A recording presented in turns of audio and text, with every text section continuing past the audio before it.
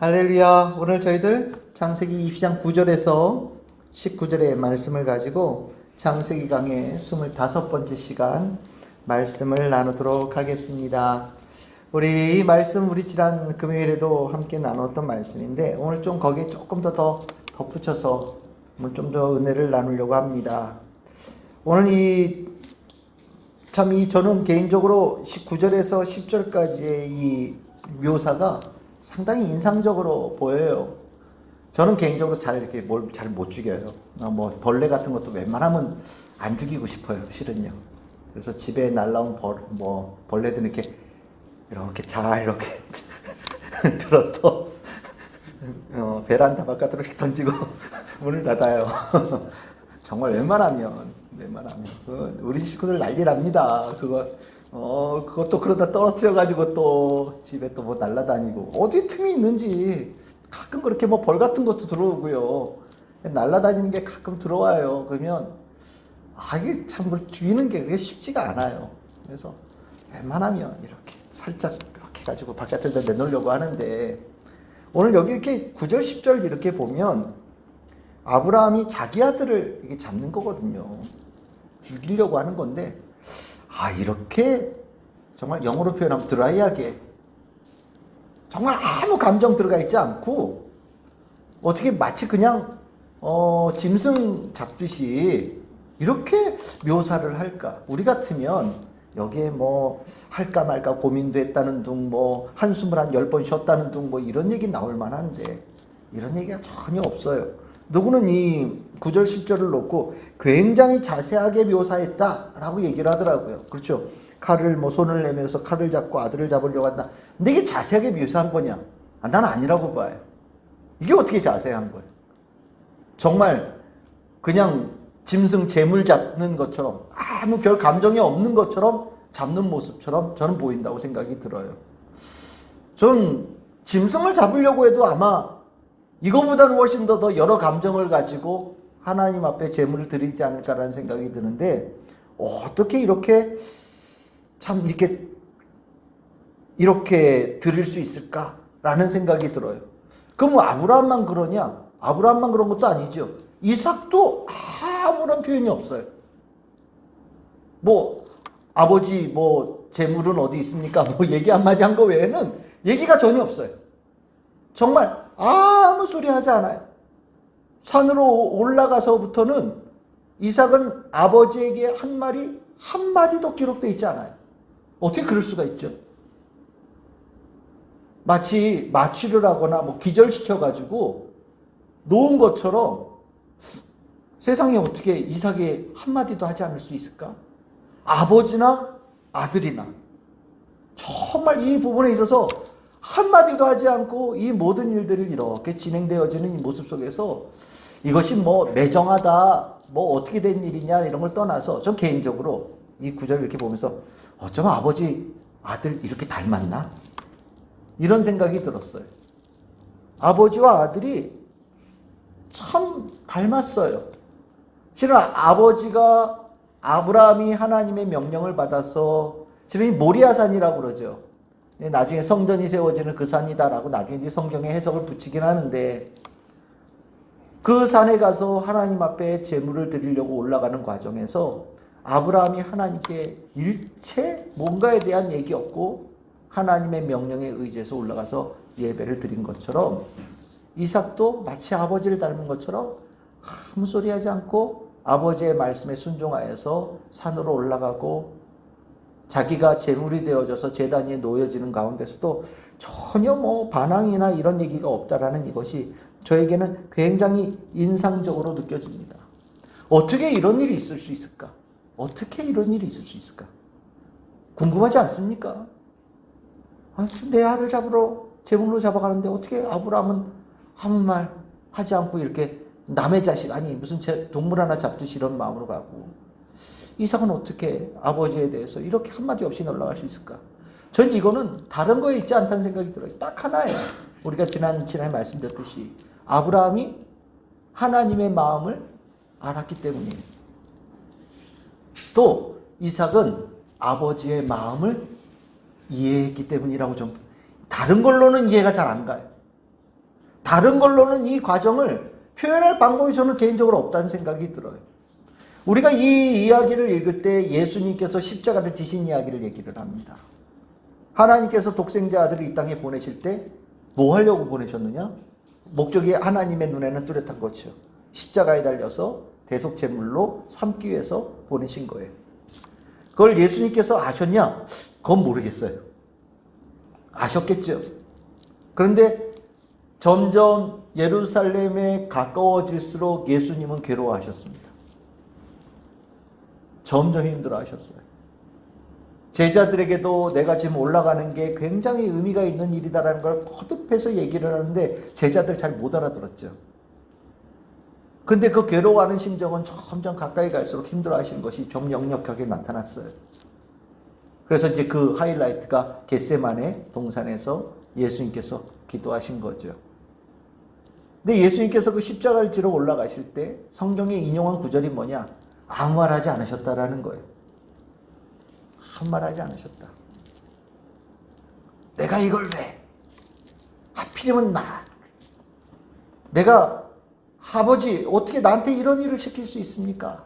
라고 예수님은 끝까지 그것을 하나님하고 뭔가를 갖다 다툼을 하거나 이러지 않았고 아버지의 마음을 딱 깨달은 그 순간서부터 예수님은 그 십자가를 지는 일에 대해서 아무 소리 하지 않으셨다라는 거예요. 어떻게 그런 일이 있을 수 있냐? 마음이 하나 되어져 있으니까. 그 하나님 안에 가지고 있는 이 모든 것에 대한 계획을 내가 조금이나마 이해할 수 있을 때 비로소 하나님의 말씀을 있는 그대로 순종하는 믿음의 길이 열린다라는 거죠. 우리가 신앙을 하면서 하나님 따로 나 따로 지난 주일날도 말씀을 나눴죠. 우리 영광이라는 단어. 우리 전사님 이제 설교를 몇 번 듣더니 하나님의 영광이 그냥 귀에 그냥 하루 종일 울린다. 글쎄 그랬던 것 같아요. 아마 설교 시간에 하나님의 영광 한 300번을 외치지 않았나? 그런 생각도 들어요. 한참 얘기했죠. 하나님의 영광이 뭡니까? 내 인생의 목표가 하나님에게 있는 거잖아요. 그렇죠? 다른 말로 표현하면 하나님께서 계획하신 뜻이 가장 위대한 것이라는 것을 확신하는 거예요.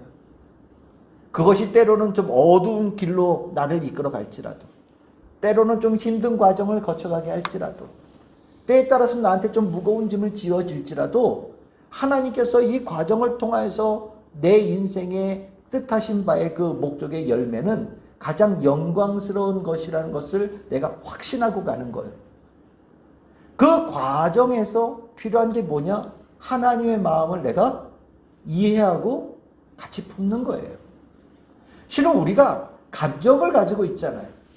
우리가 믿음이 지정의다라고 얘기할 때 그 정이라고 하는 표현에 대해서 우리가 뜨겁게 뭐 하나님께 부르짖는 거, 우리가 믿음 생활할 때 어떻게 냉랭하게만 믿을 수 있냐?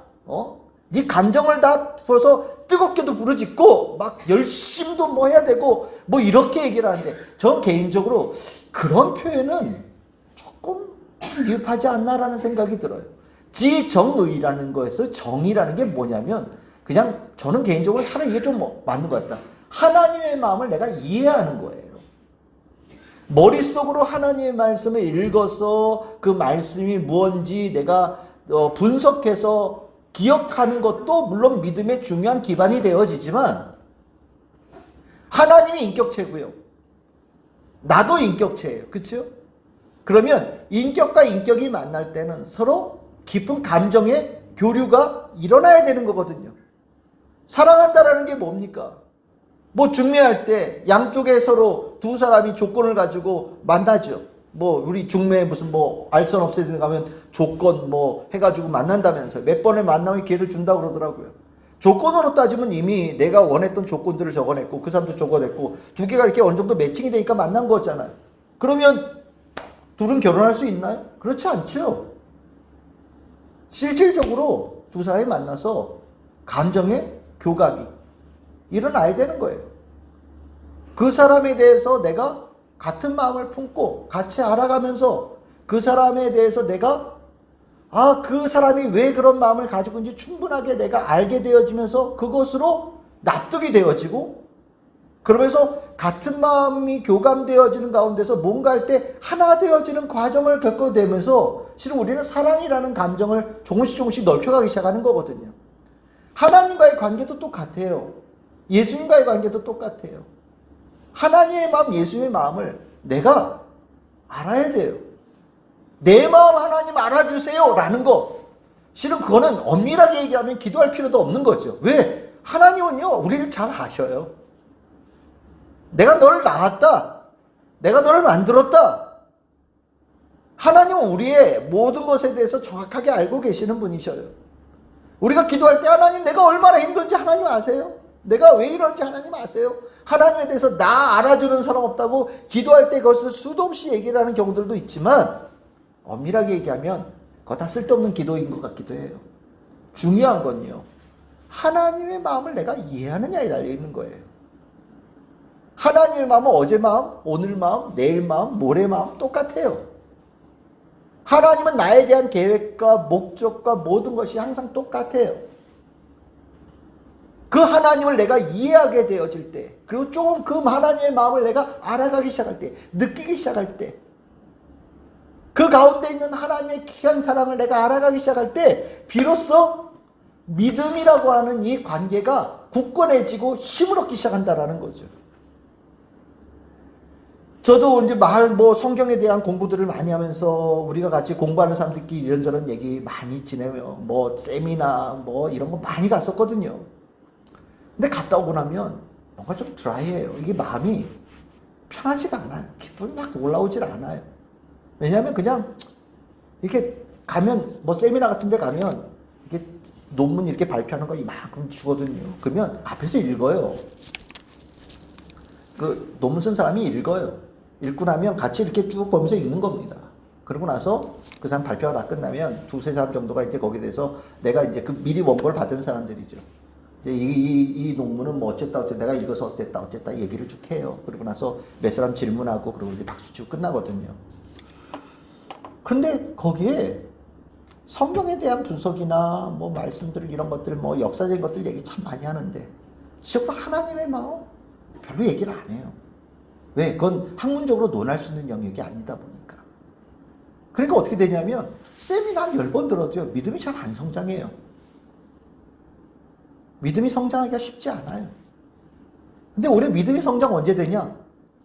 뜨겁게 찬양하면서 이 안에 하나님께서 나를 얼마나 귀하게 여기시고 하나님이 어떤 뜻을 가지고 계신지를 성령님께서 내 마음에 울림을 주실 때, 실은 이 믿음이 훨씬 더 생동감 있는 색깔로 펼쳐지거든요. 바로 그거죠. 그걸 알면 한 말 안 하고 갈 수 있어요. 정말 그걸 알면 어려운 길이라고 생각되어지는 그것을 우리가 이럴 때 너무 쉽게 나아갈 수 있어요. 그 과정에서 하나님을 알아가면서 오늘 이 아브라함이 하나님에 대해서 결정적으로 깨달은 바의 얘기가 이 단어 속에 나옵니다. 14절이죠. 여호와 이레다. 이 여호와의 이레가 나중에 나오는 단어지만 실은 이것이 아브라함이 지금까지 오는 모든 여정 속에 했던 행동에 대한 이해를 도울 수 있는 저는 결정적인 단어라는 생각이 들어요. 여호와의 이레를 알지를 못하면 실은 여기까지 온 것은요 쇼한 거예요. 여러분들이 여호와의 이해를 이해를 못한다면 내가 믿음 생활하고 있다라는 이것은요 해보는 거예요. 트라이 해보는 거예요. 보여주는 거예요. 근데 여호와의 일을 하면 보여주는 것이 아니라 실질적으로 실행하는 거란 말이죠. 오늘 여기 아브라함이 아들을 놓았어요. 아들아 잘 기억해. 내 말하는 말 이거 쇼야. 알았지? 하나님 앞에 우리가 얼마만큼 신앙생활 열심히 할 수 있는지 하나님께 보여주는 퍼포먼스니까 긴장 안 해도 돼. 내가 널 정말 안 찌른다. 찌르지 바로 직전까지 갈 거야. 그러니까 떨지 않아도 돼. 만약에 그랬다면 실은 이 얘기는 그냥 가짜의 이야기가 되는 거예요. 근데 오늘 읽어보시면 아브라함은요 쇼가 아니라 진짜 찌르는 거예요. 100% 리얼리티예요. 실질적으로 실행한 거란 거예요. 자기 아들을 죽이는 거를 진짜 실행한 거예요. 마음으로는요 벌써 죽였어요. 출발할 때부터 아들을 죽인다는 마음을 가지고 간 거예요. 이야, 어떻게 그럴 수가 있지? 다시 한번 돌아가면요, 어떻게 그럴 수가 있지? 그게 가능한가? 자그만 지 3일인데 3일을 그냥 차 타고 지나간 것도 아니고 하나님께서 명령하신 산이 어딘지는 아브라함만 알고 있는 상황 속에서 3일을 걸어가면서 고민 안 했을까? 3일을 어떻게 견뎠지? 3일 가는 동안 특별한 얘기했다는 얘기도 없잖아요. 야, 그걸 어떻게 견뎠을까? 처음에 각오할 수 있는데 하루쯤 지나면 아, 이게 사람이 할 짓이 아닌데? 이런 생각 들지 않았을까? 그쵸? 저는 개인적으로 내가 아브라함이었으면 못해요. 불가능한 일이에요. 아브라함도 똑같은 사람이니까 불가능한 일이라고 볼 수 있어요.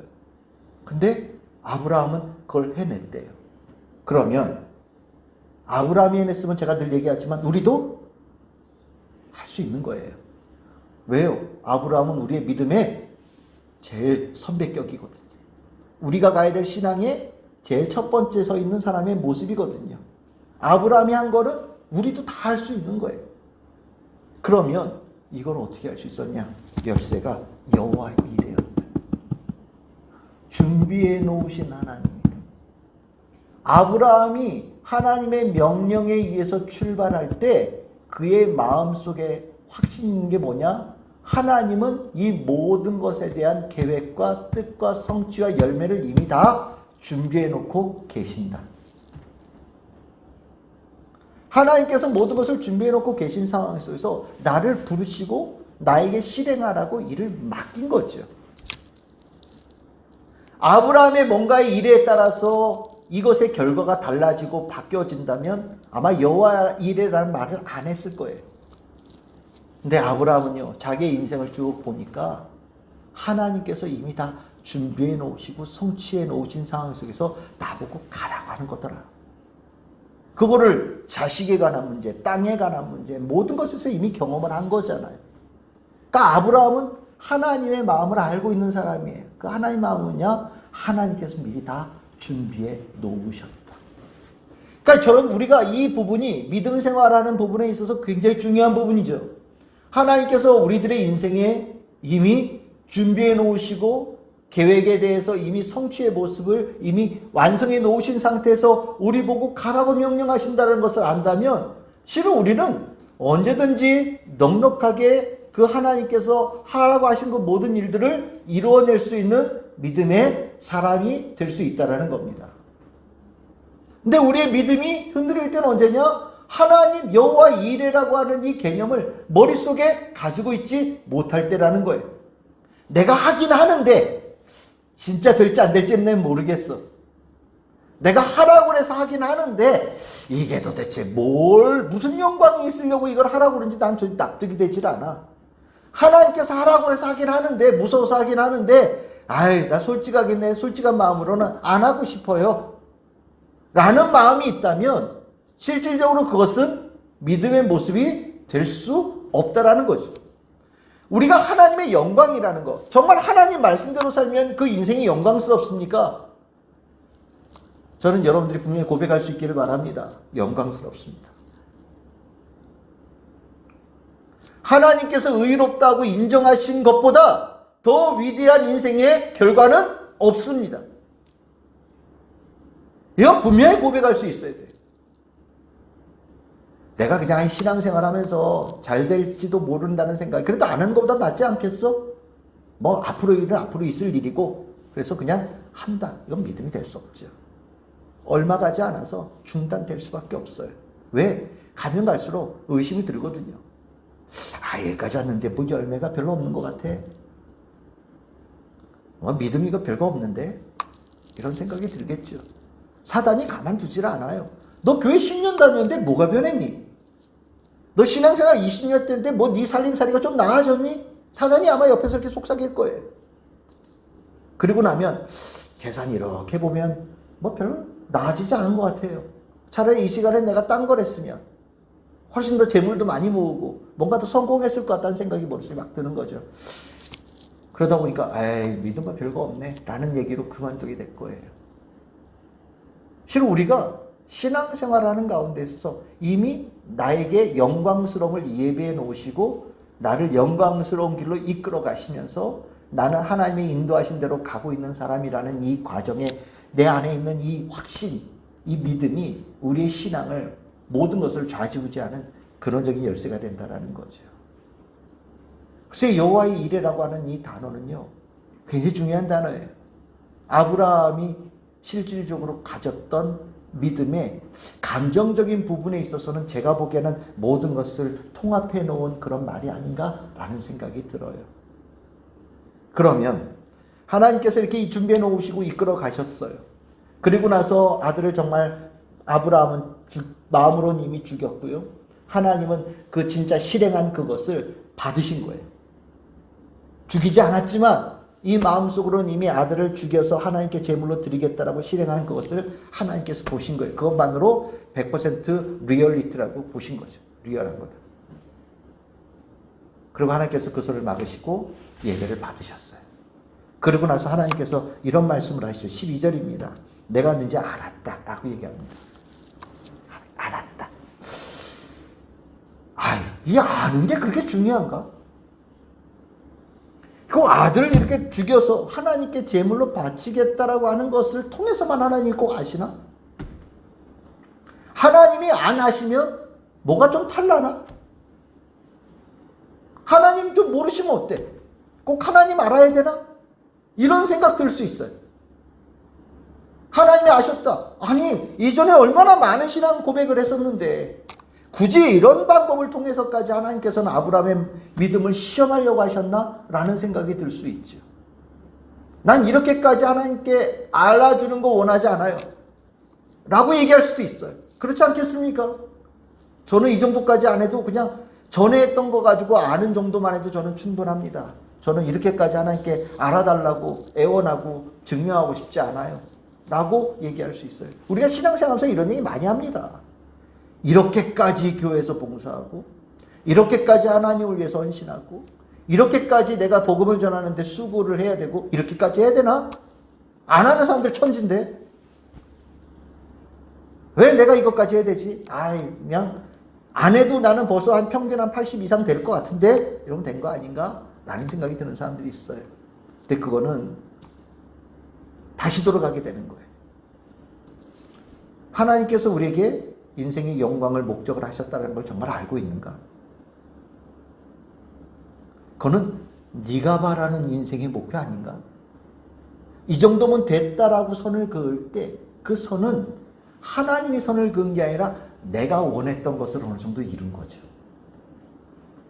그렇죠? 이 정도면 됐어 라고 하는 거는. 근데 하나님은요, 하나님이 원하시는 단계까지 하나님께서 우리를 만들어 갖기를 원하신다라는 거예요. 이건 하나님 마음이에요. 각자에게 하나님께서 원하시는 계획과 뜻과 하나님의 품으신 뜻이 다 달라요. 근데 분명한 거는요, 하나님께서 가지고 계신 계획과 뜻은요, 내가 가진 것보다 훨씬 더 크고 아름답다라는 거죠. 더 귀하다라는 거예요. 하나님께서 알아주신다라는 게 뭐냐면 하나님께서 인정하신다라는 얘기와 비슷하지만 저는 개인적으로 이 내용이 하나님께서 주시는 영광을 제대로 바라보고 있다라는 것을 내가 하나님 안에서 같이 품는 거라는 생각이 들어요. 저는요, 하나님께서 저에 대해서 더 많은 것들을 주시기를 원하고 저도 하나님의 뜻을 더 많이 알기를 원합니다라고 하는 교감의 성격이 훨씬 더 강하다는 생각이 듭니다. 하나님은요, 아브라함이 하나님을 더 많이 알기를 원하신 거예요. 하나님께 내가 너를 알았다라고 얘기를 하지만 실은요, 하나님은요, 아브라함이 하나님을 더 깊이, 더 풍성하게, 더 높이 하나님을 알기를 원한 거예요.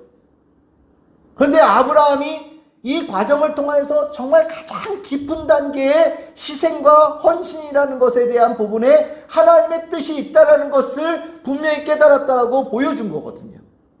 우리가 하나님의 뜻을요, 내 주머니에다 넣고 내가 뭔가 많은 것을 얻는 것에 하나님의 뜻이 있다고 생각을 해요. 이거야말로 하나님의 뜻이다. 이거야말로 하나님의 축복이다 라고 얘기를 합니다. 하지만 엄밀하게 얘기하면 하나님의 뜻은요, 십자가에 있어요. 진짜 하나님의 뜻은 십자가에 있어요. 예수님께서 제자들의 발을 씻기면서 섬기는 자가 되어야 된다라고 얘기했던 게 진짜 하나님의 뜻이에요. 그래서 하나님께서는 우리가 신앙생활하면서 섬길 수 있는 자, 희생할 수 있는 자, 낮아질 수 있는 자가 되어지는 것을 원하신다라는 거예요. 그 단계를 알아야 비로소 하나님의 마음을 공감할 수 있어요. 그 마음을 이해해야 하나님께서 예수 그리스도를 이 땅에 보내셔서 십자가를 지게 하신 그 마음을 이해할 수 있는 거예요. 만약에 그 마음을 이해 못한다면 우리의 신앙은요, 하나님께서 원하시는 수준에 이르지 못한 믿음이 되는 거예요. 하나님 이해 못하는 겁니다.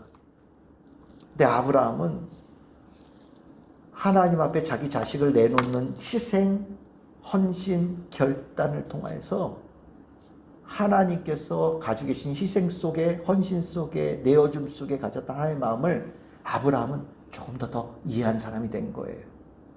그리고 나서 아브라함의 인생은 하나님께서 원하셨던 목표치의 성취가 된 겁니다. 그걸 어떻게 할 수 있냐? 하나님께서 두 번째 말씀하신다고 그러죠. 여러분들 15절 보시면 여호와의 사자가 하늘에서 두 번째 얘기했다. 축복은 아끼지 아니하신즉 그러면서 17절, 18절 이렇게 보시면 쭉 말씀이 나오는데 이 말씀 어디서 본 것 같지 않으셔요? 이거 아브라함 처음 창세기 12장에서 하나님께서 아브라함 부르실 때 했던 그 말씀과 같은 말씀이에요. 우리 잘 생각해 봅시다. 아브라함 얘기를 잘 들으면 처음에 내가 너에게 자식을 주고 땅도 주고 명성도 얻고 복도 있고, 야 이거 완전히 세상에서 좋아하는 거 다 모여 있는 거 아닙니까? 그렇죠? 부동산, 와우. 예. 부동산도 조금 몇 평도 아니에요. 이게 네 보이는 눈에 보이는 대로 주겠다. 제일 적과 꿀이 흐르는 제일 좋은 땅 하나님께 주시겠다. 와우, 이거 진짜 부동산 중에 노른자 땅을 완전히 어마어마하게 가진 사람이에요. 이거 치료하는 사람 있을까요? 아무도 없겠지요. 야, 네 자손이 어마어마하게 늘어나. 야, 다 네가 아버지래. 다들 누군가 우리 아버지, 우리 할아버지, 누구 증조 할아버지 막 요즘에 우리 이렇게 보면 사당 같은 데 보면 멧돼손 할아버지 이렇게 제사 드리는 사람들 나오잖아요.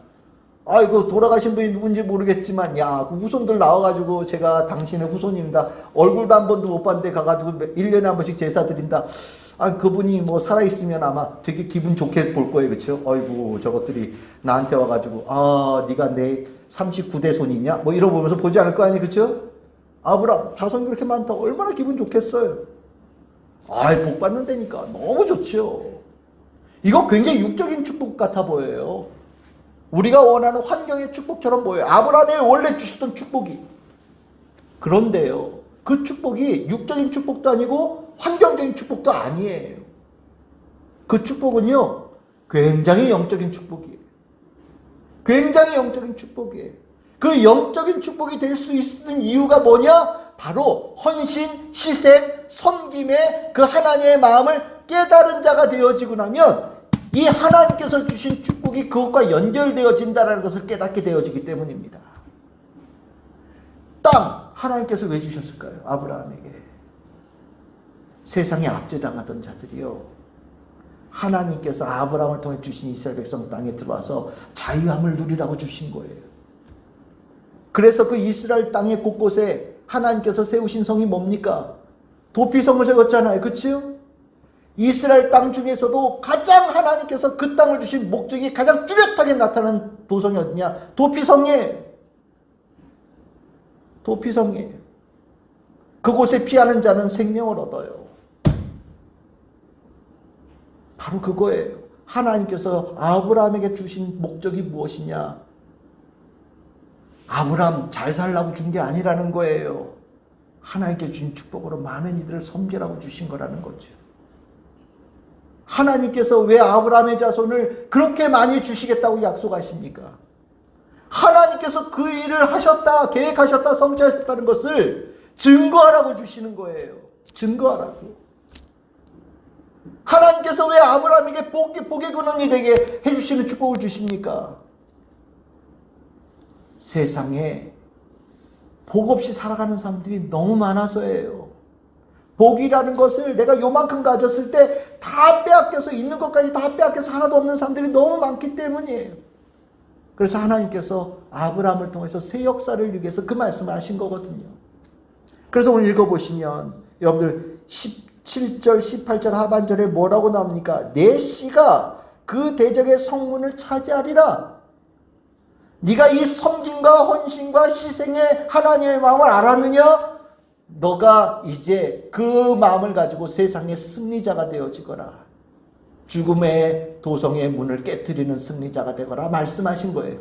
18절에 뭐라고 그러니까 내 씨로 말미암아 천하 만민이 복을 받으리라. 하나님께서 이 복을 주기 위해서 아들 예수를 보내주신 것처럼 세상에 복이 되어지기 위해서 아브라함 자손이 그 희생의 제물로 이 땅을 향해 나아가라고 말씀하신 거예요. 아브라함이 이세계의 희생을 통하여서 진짜 하나님의 마음을 깨달은 사람입니다. 그리고 났더니 하나님께서 아브라함에게 제일 먼저 주신 축복의 내용이 영적인 축복이다라는 거. 육적과 환경의 축복을 넘어서서 더 깊은 축복이라는 것을 다시 한번 가르쳐 주신 거예요. 우리가 실은 믿음으로 부자 되기도 원하고요. 믿음으로 건강하기도 원하고요. 믿음으로 잘 되기도 원합니다. 근데 분명한 것은 그것은요, 희생과 헌신과 섬김을 위해서 주신 축복이라는 걸 여러분들이 알아야 돼요. 그걸 알아야 진짜 신앙이 될 수 있고, 그걸 알아야 진짜 하나님의 영광에 이를 수 있는 성도가 되어지는 거예요. 세상은 헌신과 희생과 섬김을 하라 그러면 패배자로 봅니다. 착하게 살면 안 돼. 이기적으로 살아야 돼. 뭐 이런 얘기도 가르친다고 그러던데. 그렇죠. 세상 사람들이 볼 때는 이기적으로 살아야 잘 사는 것처럼 보이죠. 근데 우리는요, 섬김과 헌신과 희생, 정말 선하게 착하게 사는 걸 통해서 더 깊고 더 높은 영광에 이른다는 것을 우리는 알아요. 그게 진짜 하나님의 사람의 삶이에요. 아브라함의 이야기는 정말 얘기할 게 많아요. 이 본문 가지고도 실은 설교할 것들이 너무너무 많아요. 근데 오늘 저는 여러분들하고 이 부분은 꼭 같이 마음에 같이 새겼으면 좋겠어요. 이제 이해가 되십니까? 이삭의 이 헌신이 왜 의미가 있는지, 하나님께서 뭘 알았다고 말씀하신 건지, 어떻게 아브라함이 이 과정을 해내고 진행하고 그게 정말로 하나님의 뜻대로 할 수 있는 사람이 되었는지 이해가 되십니까? 오늘 읽었던 본문의 18절 끝에 보면 이렇게 나오죠. 이는 내가 나의 말을 준행하였음이니라. 이걸 하나를 이렇게 묶으면 뭐가 되는 거예요? 하나님 말씀대로 살아가는 거예요. 그러니까 참 하나님 말씀대로 살아간다라는 게 굉장히 많은 걸 담고 있는 얘기가 되는 거죠. 정말 많은 걸 담고 있어요. 저는 우리 참 즐거운 교회 성도님들이 정말 하나님 말씀대로 살아가는 성도들 다 되길 소망합니다. 참 멋있는 성도들 돼야 돼요. 그러라고 하나님께서 참 많은 은혜를 우리에게 부어주셨거든요. 우리가 이걸 몰라서, 이걸 쉽게 여겨서 교회가 약해지고 있고 성도들이 약해지고 있어요. 신앙생활의 가치도 잊어버리고 있고요. 성도들이 점점 더 이기적이 되어져가는 모습들도 나타나고 있어요. 심각한 거죠. 근데 오늘 이 말씀이 여러분들의 심령에 잘 새겨져서 정말 주님께서 내가 널 알았다 라고 얘기하고 여러분들을 인정하고 하나님께서 원하시는 정말 깊은 신앙의 세계에 우뚝 올라서는 우리 참 즐거운 게 모든 성도들 다 될 수 있기를 주님의 이름으로 축복합니다.